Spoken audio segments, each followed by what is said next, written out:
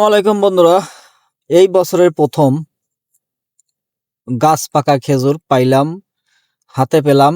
তো এটা এই মসজিদে নামাজে গেছিলাম আজ তো প্রায় মসজিদেই এই সিজনের সময় খেজুর দিয়ে রাখে আর কি। তবে এটা গাছ পাকা পুরো এক এক এলাকাতে এক এক রকম বলেন। কোনো এলাকাতে বলা হয় বাদা, ছড়া বা যাই হোক যেটাই বলেন আর কি। তো আমি এক বাদা বা এক ছড়া থেকে কয়েকটা আমি ছিঁড়ে নিয়েছি আর কি।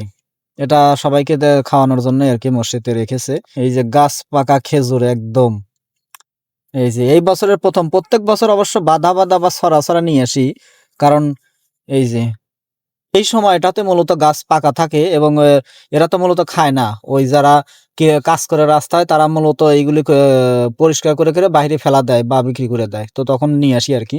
তো এই বছর এই কত সুন্দর একদম গাছ পাকা আর কি।